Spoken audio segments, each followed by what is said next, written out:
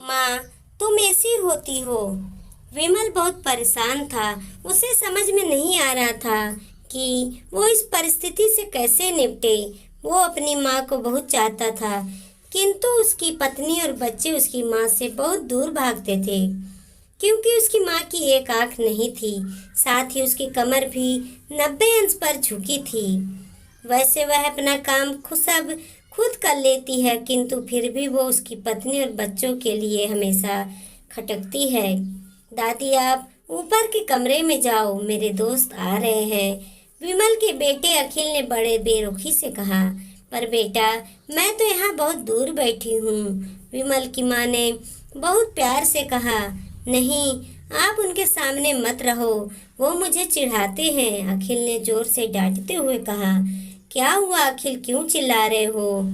विमल की पत्नी कामनी ने किचन से ही आवाज लगाई। देखो ना माँ, ये दादी यही ड्राइंग रूम में बैठी हैं और मेरे दोस्त आ रहे हैं।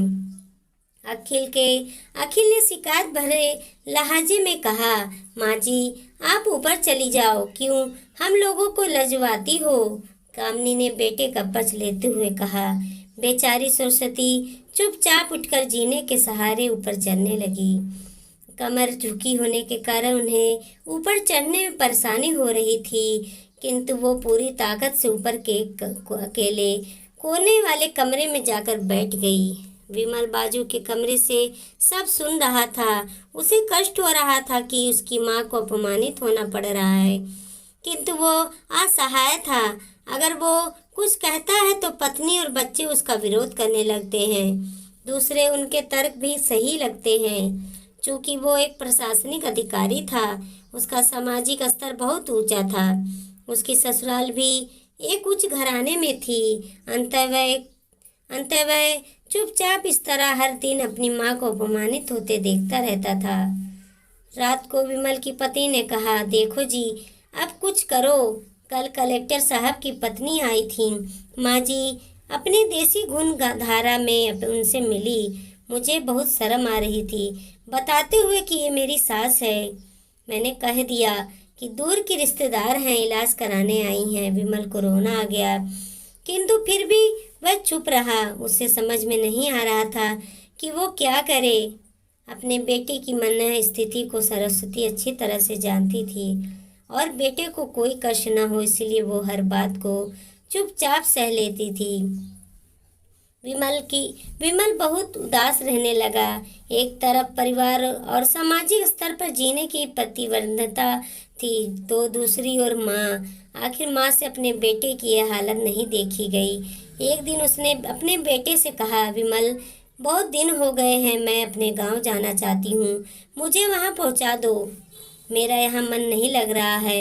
किंतु माँ, वहाँ तो कोई नहीं है, तुम्हारी देखभाल करेगा। कौन करेगा? विमल ने आश्चर्य से पूछा। अरे, सब गांव वाले तो हैं, और वो तुम्हारे मामा जी तो उसी गांव में रहते हैं, और फिर हम सारी व्यवस्थाएं कर आएंगे ना। कामनी को तो जैसे मन की मुराद मिल गई हो। हाँ बेटा, बहू सही कह रही है, सरस्वती ने लंबी सांस लेते हुए कहा। विमल जानता था कि गांव में माँ की देखभाल करने वाला कोई नहीं है, लेकिन अपनी पत्नी की जिद के कारण वह अपनी माँ को गांव छोड़ने पर विवश हो गया। माँ को गांव छोड़कर आते वक्त उसे रोना आ रहा था तथा अपनी बेबसी पर गुस्सा भी आ रहा था, किंतु परिवार, पत्नी और समाज ने उसके इन मनोभाव को दबा दिया और वो सुकून सा महसूस करने लगा। कुछ दिनों के बाद उसके चाचा, जो अमेरिका में रहते थे, आने वाले थे। जब विमल बहुत छोटा था, उसके पिता जीवित थे, तब वो भारत आए थे, और उसके बाद वो अब भारत आने वाले थे। पूरा परिवार और आस पड़ोस बहुत उत्साहित था। अमेरिका से वह विमल के डॉक्टर चाचा आ रहे थे। डॉक्टर रमेश ने जैसे ही घर में कदम रखा, सबने मिलकर बहुत उत्साह से उनका स्वागत किया। किंतु विमल, क्यों विमल, भाभी नहीं दिख रही हैं, कहाँ हैं? डॉक्टर रमेश ने उत्साहपूर्वक पूछा। जी, वो गांव में रहती हैं, यहाँ उनका मन नहीं लगा, कामनी ने सपाट लहजे में उत्तर दिया। डॉक्टर रमेश ने विमल की ओर देखा तो विमल ने अपनी आंखें झुका ली। डॉक्टर रमेश सब समझ गए। बोले, कल हम भाभी से मिलने गांव चलेंगे सब लोग। दूसरे दिन सभी लोग गांव के घर में पहुंचे। देखा कि सरस्वती को बहुत तेज बुखार था और वो पलंग पर असहाय पड़ी है। डॉक्टर रमेश दौड़कर सरस्वती के पास गए। उनके पैर छूकर रोने लगे। सरस्वती की ये हालत उनकी कल्पना से परे थी। वाह बेटा विमल, तूने तो नाम उजागर कर दिया। अपनी माँ की ये हालत देखकर तुझे तो शर्म भी नहीं आ रही होगी। डॉक्टर रमेश ने विमल को लगभग डांटते हुए कहा, नहीं देवर जी, विमल का कोई दोष नहीं है। मैं खुद गांव आई थी। सरस्वती ने अपने बेटे का बचाव किया। मुझे सब पता चल गया। भाभी आप चुप रहो। क्यों बहू, तुम्हें अपनी सास की क्रूरता पसंद नहीं है? समाज में तुम्हें नीचा देखना पड़ता है ना? डॉक्टर रमेश ने कामनी की ओर व्यंग से देखा। कामनी निरंतर होकर विमल को देखने लगी। आज तुम जिस सामाजिक स्तर पर हो वो इन्हीं के संघर्षों की देन है।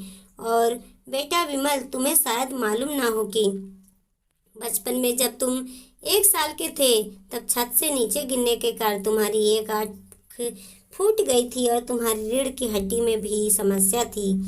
तब तुम्हारी इस कुरूप माँ ने अपनी एक आंख और अपना बोन मेरो तुम्हें देकर इतना सुंदर स्वरूप दिया था।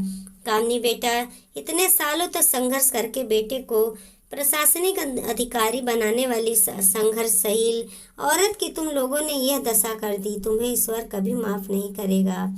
डॉक्टर रमेश की आंखों से आंसू जलधारा बह रही थी। अब भाभी आप मेरे साथ अमेरिका जाएंगी, यहाँ इन स्वार्थी लोगों के बीच नहीं रहेंगे। डॉक्टर रमेश ने सरस्वती से कहा, विमल को तो काटो तो खून नहीं था। डॉक्टर रमेश जो उसके चाचा थे, उन्होंने जो राज बताया उसके बाद तो विमल को यही लग रहा था कि उससे ज़्यादा पापी इंसान इस दुनिया में कोई और नहीं है। वह दौड़ता गया और माँ सरस्वती के कदमों से लिपट गया। माँ, मेरा अपराध अक्षम्य है। मैं जानबूझकर चुप्पी साधे रहा, आपको अपमान करवाता रहा।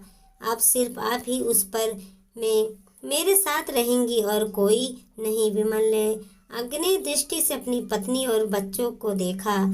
कामनी को भी बहुत पश्चाताप हो रहा था, किंतु उसकी हिम्मत नहीं हो रही थी कि वो सरस्वती से आंख मिलाए। सरस्वती ने कामनी की मना स्थिति को समझकर उसको पुचकारते हुए अपने पास बुलाया और विमल को डांटते हुए कहा, खबरदार, जो मेरी बहू को मुझसे अलग करने की कोशिश की तो मुझे ही घर से बाहर निकाल दूंगी।